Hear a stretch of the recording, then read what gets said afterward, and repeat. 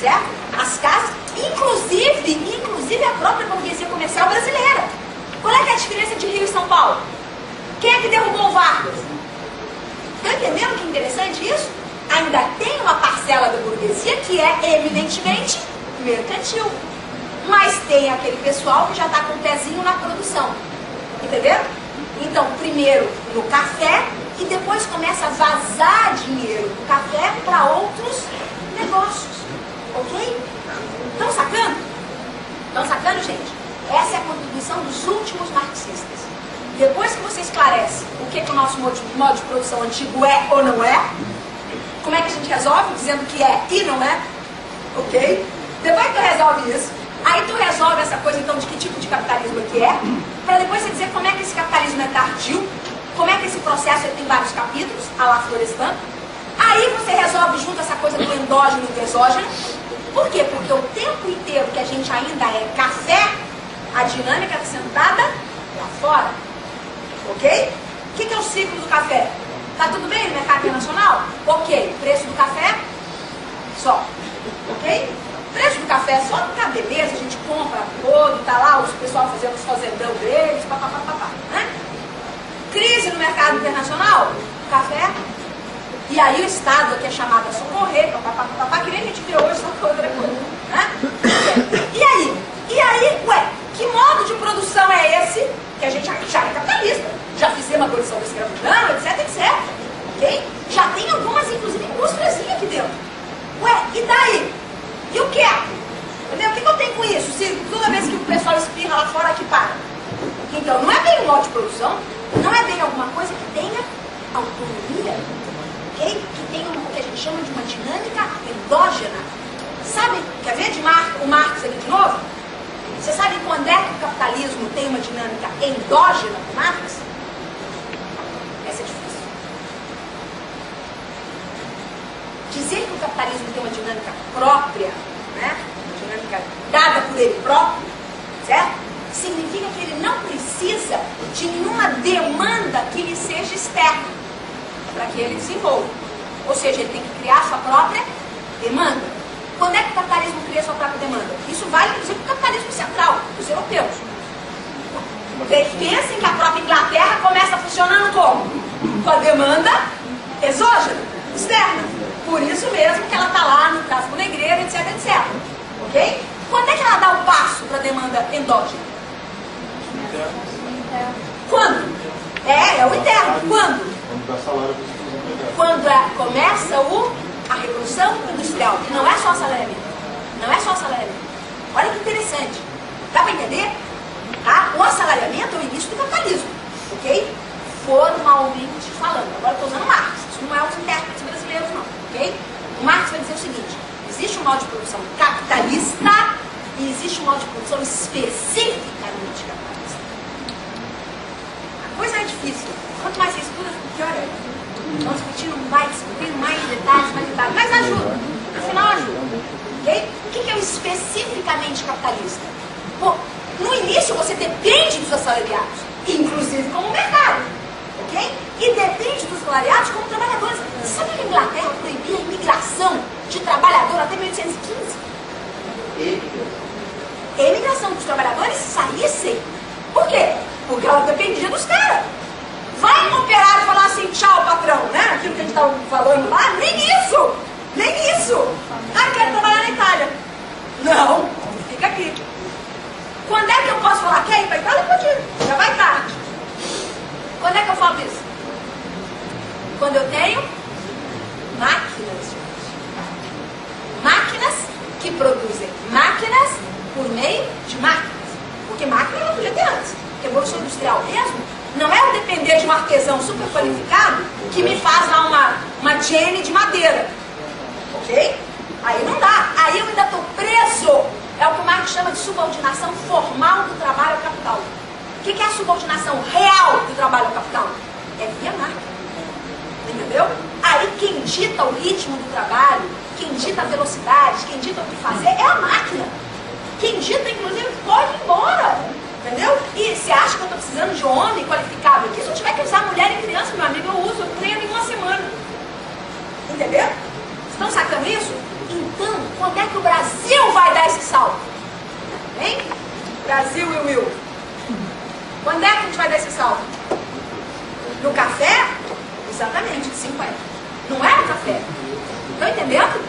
Não eram proféticos. Tá? Então o Getúlio já estava antecipando isso. Diga. Mas o escravismo no Rio Grande do Sul começou a ser colocado pela nossa assalariada na Revolução Farroupilha. Lutava aqui, o processo gaúcho é interessantíssimo. Começou bem antes aqui. O processo gaúcho é interessantíssimo. Sabe por quê? Lembra o primeiro parágrafo que eu li? Quem lembra? Florestan dizendo que a gente tem 3 alternativas. Cara, o Rio Grande do Sul não é à toa que esse é um estado interessante.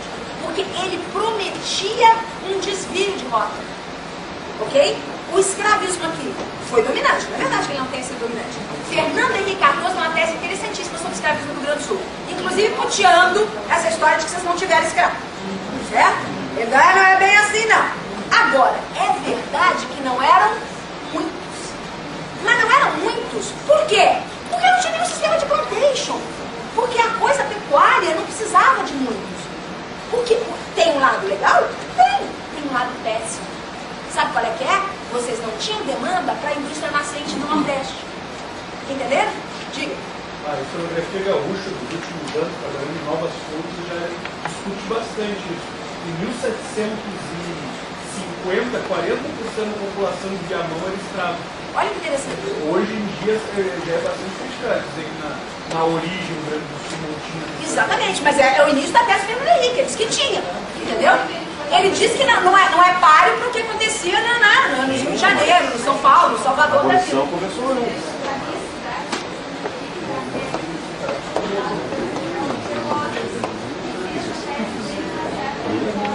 Viu? Fernando Henrique, o Pelotas tem lá, Fernando Henrique teve aqui. Legal. Pois é. Exatamente. Mas está entendendo o link que eu estou pegando com o escravismo gaúcho? Estão entendendo? O problema não é só o escravismo. É que, vencido o escravismo, ok? Você não tinha mercado para a indústria do Nordeste do estado. Porto Alegre já nasce meio como mercado, né? A sorte do Rio Grande do Sul é o quê? Milico, né? Milico. Se não fosse região de fronteira, se não fosse você ter uma supermobilização de população aqui para isso, né? E aí tu tem a coisa dos imigrantes, é uma solução muito local, muito interessante. O Rio Grande do Sul é um cadinho mesmo, entendeu? É dos poucos estados da federação que você consegue fazer muito a coisa norte e sul, não é? É um dos poucos estados que você consegue chamar o sul do Rio Grande do Sul quase de feudal, não é? Você consegue chamar o norte quase capitalista, entenderam? E desenvolveu um tipo de indústria que podia ter dado um salto. Sabe por que não deu? Porque aí a Inglaterra do Rio Grande do Sul quem é? São Paulo. Então quando São Paulo está organizando a indústria, aí não dá mais. Entenderam? Aí a indústria gaúcha ou virava periférica da indústria paulista, entendeu? Ou desaparecia. E, enfim, N contradições. Outro dia a gente faz um papo sobre o Rio Grande do Sul, ok? Mas voltando aqui, a gente estava num probleminha final, que é esse da endogenia versus endogenia.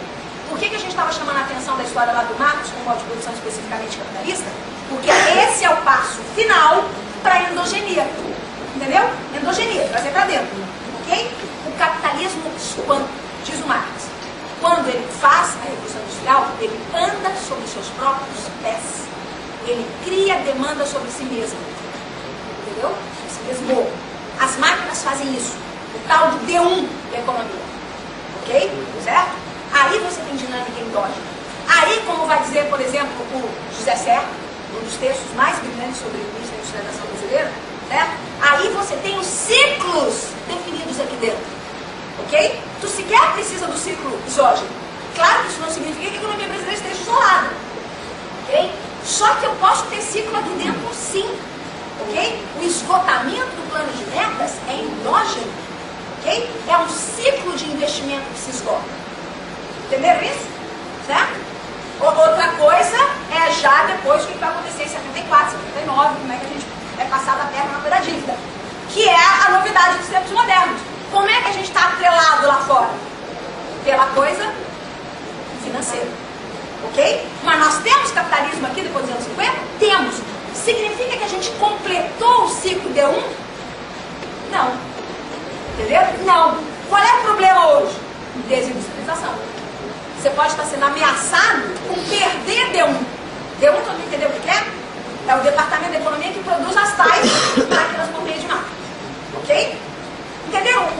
endogenia e exogenia? Entenderam onde é que os marxistas entram aí? Desde a leitura do que é o nosso modo de produção, desde a história da dependência, olha o outro grande tema do marxismo. Outro grande tema do marxismo latino-americano nesse caso, né?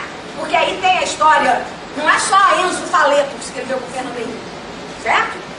Toda uma historiografia latino-americana já estava pensando nessa história então de que nós somos dependentes. E olha que a especificidade da América Espanhola perto da América Portuguesa, que ainda tem diferenças, mas mesmo assim, o que tinha de comum? Tinha de comum aquela história, eles inspiram lá e a gente é que sofre aqui, ok? Por quê? Porque a dinâmica está dada lá fora, ok? Por que a Argentina era o país industrializado? Era a grande candidata à potência capitalista na América durante muito tempo, entende? Tem a ver com questões endógenas? Tem, certo? Mas até que ponto você combina essa dependência externa com os graus de liberdade internos, ok? Então, esse foi o tema que sobrou também para nós, certo? Tu vai ter as primeiras escolas dependentistas, né? Tu vai ter, nossa, como é que chama? Ai, meu Deus, a Riga Emanuel, vai ter outro que não é bem nessa linha, mas o Ciro Flamenion Cardoso, mas tu vai ter uma série de pensadores dizendo, olha, somos dependentes. Depois tu vai ter a crítica desses, depois tu vai ter o Mauro Marini, Teotônio dos Santos, que é brasileiro, né? Tu vai ter toda uma discussão desses caras qualificando essa dependência, percebe? Pá, não é tão simples também. Por que a gente tem que qualificar a dependência? Que nem a gente tinha que qualificar antes o modo de produção, que nem a gente tinha que qualificar o capitalismo. A coisa não se resolve quando a gente batiza, entendeu? Batizando, pronto. Modo de produção escravista, mas você não resolveu nada, entendeu? Tu tem que qualificar. E quanto mais tu qualifica, mais tu vê que é tal coisa, mas não é outra, é uma terceira, mas não é uma quarta, entendeu? E esse trabalho vai sobrando sempre. Quanto mais um marxismo sofisticado esses caras têm na mão, mais eles vão poder fazer isso. Ok? Então nisso a gente já matou então essa primeira página. Por fim, vai dizer que não matou a primeira página. Não se assustem porque a gente já falou das outras páginas, tá? Mas, por fim, sobrou uma coisa. Depois do nosso capitalismo tardio, depois da coisa da dependência não dependência, sobrou essa coisa da adesão ao desenvolvimentismo. Quando você, e isso aconteceu, inclusive, lembra que eu falei agora mesmo do Gorender comprando bonecas? Tá? Mas não foi só o Gorender, né? A adesão ela foi qualificada para um ou outro pensador, mas todo mundo acreditava que, opa, agora vamos que vamos, certo? Você sabe o que o Florestan vai falar? O último momento da Revolução Burguesa no Brasil é o golpe de 64. Por quê? Porque naquele momento, aí sim você começou a abrir uma outra disjuntiva. Lembra? Reformas de base, babá. Opa! Ali era a última palavra da burguesia que o capitalismo que você vai ter aqui vai ser de tal tipo. Entendeu? Então tá. Então ali encerrou o ciclo. Só que ao mesmo tempo, ao encerrar esse ciclo, e aos milicos terem dado um tipo de solução capitalista, inclusive de certa maneira atrelada, ok? Claro que também não é um atrelamento simples. Por que o Geisel é herói de uma certa esquerda no Brasil até hoje? Porque era um atrelamento, vamos dizer assim, exagerando na dose, quase anti-Fernando Henriquista. Dá pra entender? Entenderam? Não, o negócio é o seguinte, nós vamos fazer, e inclusive vai ser atrelado, porque não tem como não ser, né? Porque aí tinha ele problemas que a gente vai ver depois. Mas, já que é para ser atrelado, pelo menos não vão ser atrelado a um só. Por que o Geisel queria fazer a Angra dos Reis com os alemães? Entende? Claro! Olha que esperteza de milico, né? De vez em quando faz falta. Né? Opa, já que é para eu ser dependente, pelo menos não vou ser de um só. Pelo menos, olha, eu tenho... A indústria nacional não é para ser moldada de acordo com a tecnologia made in USA. O que significa isso? Significa conduzir o teu processo tal endógeno. O teu D1 vai ser um D1 que se adequa a uma certa matriz industrial americana. Dá para entender? Isso diz até que tipo de peça tu pode fazer. Entende? Isso diz até que tipo de tecnologia tu tem que desenvolver. Que tipo de relação com a mão de obra que você tem que ter. Tudo muda, entendeu? Se eu diversifico, opa, ok? Então, o que aconteceu? Depois da crise, certo? A crise do milagre, que os milicos implementaram, já na saída de 64, depois da crise do milagre, o que aconteceu, e que, olha que foi interessante, né? Você tem a crise do milagre, depois você tem um certo... E agora, o que a gente faz? O tal do segundo PND, também, dos ministros, certo? Só que dali pra frente a gente deu azar, por quê? Porque a gente embarcou junto numa crise que tinha elementos mundiais, ok? Eu diria que a crise que nos pegou, certo? Todo mundo sabe, foi o petróleo, né, gente? Certo? 74, 79 não era o petróleo, tá? Era o quê? Era a crise que tem tudo a ver com essa de agora. Percebe? Era a crise da finança internacional que tínhamos capturado. Nós éramos o Portugal e Grécia da vez. Entendeu? Certo? Que, por sinal, tínhamos menos chance de reagir do que eles. Ok? A América Latina tinha menos chance de se juntar e falar assim, moratório. Cada um limpou sozinho. Ok? O sistema financeiro internacional salvou a si mesmo. Certo? Os Estados Unidos obrigou um reajuste, uma recessão mundial, e nós nos ferramos várias vezes. Nos ferramos com a recessão, porque ainda éramos grossamente exportadores, porque para importar o que a gente precisava para fazer o D1 aqui dentro, o que a gente tinha que fazer? Importar. A gente tinha que exportar para importar, né? Para poder acelerar a nossa industrialização, a gente tinha que importar. Essa é a tal do dilema do tal do processo de substituição de importação, né? Uma coisa é você substituir bem de consumo. Ah, tá, vamos fazer conga aqui dentro, né? Depois já não era nem conga mais, lembra do Fenemê? Né? O Brasil chegou a ter um caminhão, uma fábrica nacional de motores, exatamente. Chegamos a ter uma quase indústria automobilística. Né? Tudo bem. Só que dar saltos nisso significava o quê? Dar saltos nas importações. Entende? Para dar saltos nas importações, os milicos sabiam muito bem disso, né? Exportar o que importa. Entendeu? Porque é o jeito. Ok. Você é prejudicado duas vezes então na crise. Se tu tem uma recessão mundial, tu não tem como importar, porque você não tem como exportar. E se você tem uma dívida externa cavalar, aí você tem que exportar para quê? Para pagar a dívida. Que foi a história brasileira nos anos 80. Né? Nos anos 80 não é que a gente não cresceu. Os anos 80 é curioso, década perdida mesmo é anos 90. Ok? Só que nos 80 o que aconteceu? Tudo que a gente fazia era para pagar dívida. Ok? Certo? Fora o problema inflacionário que a gente vai tocar aqui. Mas então, vamos ver o que a gente já falou. A gente já falou na prática da página do tópico 3, tá? Por quê? Porque a gente falou da história da caracterização do conceito de modo de produção, da Revolução Brasileira, da Revolução Burguesa, da luta de classe, do capitalismo tardio, e isso que a gente estava falando por último agora, né? Mal ou bem um pouco das contradições do desenvolvimento desigual, que é exatamente essa coisa de que é e não é, certo? A gente não tem um desenvolvimento numa linha só, a gente não tem só industrialização, a gente tem industrialização em São Paulo e a gente tem o atraso total no Nordeste, certo? Que é a velha história do Rio Grande do Sul. Tem e não tem, tem duas coisas ao mesmo tempo, tá? E falamos um pouco também dessa coisa dos padrões de acumulação, quando a gente estava falando da coisa financeira agora, certo? O café tinha um padrão de acumulação, que ainda era criado lá fora. Ou seja, se acumulava nas vacas gordas, se desacumulava nas vacas magras. Ok?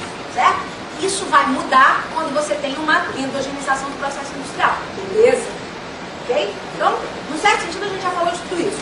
O que está faltando falar? Nessa página 2, eu quis ser bem instrumental para vocês, tá, gente? Tipo, vocês vão estudar sozinhos daqui pra frente. Entendeu? E se organizem para fazer isso. Isso é legal, dá para fazer. Tá? O que significa estudar sozinho? Do meu ponto de vista, o que eu chamei aqui de melhor marxismo é exatamente você estar aberto para isso que eu falei da história das formas, ok? O que eu sugeri que é para vocês fazerem mesmo? Ler o capítulo 1, que é sobre isso. É uma gênese das formas. É uma gênese do dinheiro, é uma gênese da mercadoria, é uma gênese do valor, é uma gênese do capital. Por isso ele está falando do capital sem estar falando ainda do capitalismo. Entendeu? Tá? Então a gênese das formas é fundamental para entender a realidade local. Porque aí você tem que entender então a gênese do nosso capitalismo. Você não precisa ficar tão angustiado, alagorendo, para classificar logo o que a gente tem. Você tem que estar mais aberto para as contradições para ir colocando elas numa forma nova. Que pode ser inclusive uma forma que nem falou lá, uma forma que vai passar logo. Então tu não precisa batizar ela de modo de produção, porque já ali na frente ela vai dar origem a um outro modo de produção. Ok? Tá entendendo? A mesma coisa aconteceu na Europa. É muito difícil você dizer o que era a Europa do século XII, gente, do XII, do XIII até o XVII. Pode isso. Porque era uma grande transição. Não era um modo de produção específico, era uma grande transição. Inclusive com laços, né? Dialética da boa. Resumir isso para vocês. Tá? Dialética da boa é uma questão de graus. Ok? Fazendo um pim-pim aqui, tá? Pagando. Descanso. Vocês já viram aquela história do Kinsey, aquele pesquisador americano da sexualidade lá? Já viram? Sabe o que eles falam sobre gay ou não gay? Já viram esse negócio? O negócio dele é o seguinte, é uma questão de grau, meus amigos. Entendeu? E ele classifica do 1 a 7. Entenderam isso? É questão de grau. Então, quanto mais você pega um abacaxi feio mesmo na sua frente, mais você vai ver que é uma questão de grau. Na transição feudal, tu tem lá de 1 a 7. Quanto mais perto de 1, mais próximo de feudal. Quanto mais próximo de 7, mais próximo de capitalista. Mas é sempre uma questão de grau. Entenderam? Ok? Tudo bem. Então, esse é o ponto 1 que eu chamei a atenção de vocês aqui. Investigação da gênese das formas. Ponto 2. O que significa que a história... presta atenção que isso é uma novidade aqui, mais do que ficar contando para vocês os nomes dos pensadores e babá, que isso vocês não vão fazer. Ninguém agora vai pedir demissão, né? Quer saber? Vou pedir demissão de uma vez, vou entrar dentro da universidade, vou estudar o dia inteiro, maravilha, né? Se alguém puder, é legal, certo? Mas é difícil, né? Mas enfim, o que eu estou sugerindo? Que vocês peguem pelo menos o sentido da coisa, ok? Qual é que é o sentido da coisa? O sentido da coisa é o seguinte: o marxismo de verdade, olha que complicado esse negócio. Inclusive, essa é a ponte para o tal do positivismo marxista. Ok? O marxismo de verdade é aquele que tem um sentido na história. Ok? Já falamos isso aqui hoje, já? A palavra sentido é exatamente aquela que o Caio usa. Certo? É aquela que o Florestan usa, que o Fernando Novaes, que eu falei para vocês, usa. Entenderam isso, gente? Enxergar sentido na história é que é marxista pra caramba. Entende? Isso tem um problema. Tem gente que enxerga sentido demais. Sabe como é que é? Né? Tem a turma, por exemplo, que fala assim, esse negócio é o seguinte, capitalismo vai cair de maduro. Já estudei, saquei o sentido dessa lógica, entendeu? Cruzemos os braços e está tudo resolvido. Entendeu? Não é assim. Entendeu? Então o que é? É o seguinte, tá? O Marx, ao ter a tal da lógica dialética na mão, ele tem um segredo fantástico. Ele tem um instrumento, dá para entender? Para poder sacar as contradições como fazendo parte de um sentido. Exatamente, entendeu? A coisa faz sentido. O contrário não é o mero diferente. O contrário é o contrário de algo. Ele faz unidade com esse algo. Entendeu? Sacaram? Isso é que é legal. Tá? Não é à toa que eu fiz essa brincadeira da coisa de sexualidade do Kinsey, né? Toda a psicanálise é isso, né? Toda a psicanálise mostra isso. Meus amigos, aprendam a entender a contradição, certo? É e não é, é o treco mais normal da paróquia. Entende? É e não é o treco mais normal. Sabe o que a psicanálise ensina? Você perceber a lógica, até pra você ser consciente. Sabe aquela mulher que só namora cara ciumento, ela não tem a menor ideia, ai que saco, mais um namorado ciumento. Minha amiga, tá na hora de você começar a perguntar por que tu quer namorado ciumento. Não é o cara que é ciumento, é tu que gosta de namorado ciumento, meu Deus. Assuma, entenda. Estão sacando isso? Entenderam isso? Isso é lógica dialética. É como se o marxismo também nos fornecesse isso para coisa social. Entenderam? Tá? As possibilidades abertas, a coisa que carrega o seu oposto, como é que você domina essa dinâmica? Entende? Isso é alta dialética, aplicada à história social. Ok? Então a segunda coisa que eu estou dando conselho para vocês é isso. Tá? O que significa que a história é constitutiva da lógica. Ok? A gente saca essa lógica pela minha história. Eu não estou dizendo que a guria lá só namora a cara ciumenta porque eu fiz uma hipnose dela. Não. Eu peguei os fatos da história dela. E eu saquei que havia uma repetição ali. E eu falei, não, tem um problema aqui. Logo tem uma participação sua, tá entendendo? Estão sacando? Essa junção de lógica com história, isso é dialética marxista. Ok? Por exemplo, quer ver a história? Ao contrário daquele cara que fala assim, vamos cruzar os braços porque o capitalismo vai cair de maduro, tem aquele cara que não importa a lógica do sistema, a luta de classes, companheiros, a revolução é para amanhã. Não tem isso? Não tem isso? Primeira crise, o cara é a revolução. Chegou. Entendeu? Entendeu? Esse cara é o contrário. Ele tá lufas pra lógica, entendeu? E ele tá ali no calor da luta. Esse aí vai namorar ciumento o resto da vida e não vai sacar a história. Entendeu? Por quê? Porque ele não vai se perguntar sobre essa lógica. Ok? Então você tem que estar vendo as duas coisas. Muitas vezes a luta está sendo superfuncional para uma certa lógica. Por isso é que você tem que sacar. Ok? É que nem a crise agora. Eu não aguento mais ver filminho que nem esse que ganhou o Oscar. Muito legal, por sinal. O Inside Job, mas que a crise é toda a responsabilidade de uma meia dúzia de sacanas, né? Que entraram lá dentro e meu irmão, trabalha no Greenpeace, nunca entendeu lufas de economia, agora se acha. Né? Tá entendendo tudo, porque não para de ver documentário da crise, do dinheiro, blá. Aí tudo que eu falo para ele, vai ler, não lê. Se vocês querem ler sobre isso, finanças, nada a ver com o nosso assunto aqui, Robson, século XIX, Helferding, entendeu? Os caras marxistas que estão saindo, que estão usando Marx. Não é aqueles caras que ficam fazendo assim pro capital o dia inteiro, certo? É o cara que está usando Marx para entender a lógica do sistema, entende? Então, o descolamento da esfera financeira, as possibilidades de valorização fictícia, essas possibilidades entrarem para dentro da empresa produtiva. Ok? Não é só a sacanagem das finanças. Essa lógica dentro da empresa produtiva. É isso que é da modernidade, entendeu? Sabe, mas até onde a regulação pode ir, não pode ir, as coisas são muito complexas, ok? Mas dá para entender, só tem que ler. Não adianta só ficar vendo filminho, ok? O que não significa que os fatos não sejam super interessantes. Porque a gente pode ter noção de aonde a lógica está indo. Mas é isso que é legal, você fazer esse bate-volta, ok? Muito bem. Tá, essa última coisa que eu falei aqui, a gente já comentou. Esse parágrafo, Bernie Anderson, que eu coloquei para vocês aqui, presta atenção como ele está fazendo a crítica a um certo marxismo. Vocês deram uma olhada? Leram isso aí? Olha o que ele está dizendo. Ele está dizendo o seguinte: ao contrário de certos pensadores marxistas que acreditam que forças produtivas novas irrompem, né? Irrompem é no sentido de se fortalece e faz um buraco na superestrutura política e ideológica, ok? Tá entendendo? Muita gente acha que é isso. O desenvolvimento das forças produtivas vai se fortalecer a tal ponto que vai rasgar a coisa política e vai exigir uma política nova, né? Nós vamos tomar o poder e vamos fazer uma coisa diferente. Por quê? Porque a sociedade já avançou o suficiente no que diz respeito às bases econômicas para a gente poder ter uma outra superestrutura, né? Ele está criticando isso, ok?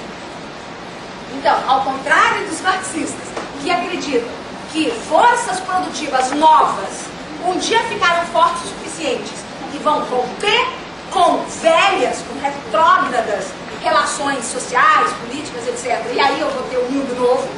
O que ele está dizendo que acontece? Forças produtivas novas estão pululando o tempo inteiro. Isso é fantástico. E estão esgarçando o tecido superior, a tal da superestrutura, o tempo inteiro. Está entendendo por que eu botei isso aqui? Isso é Florestan.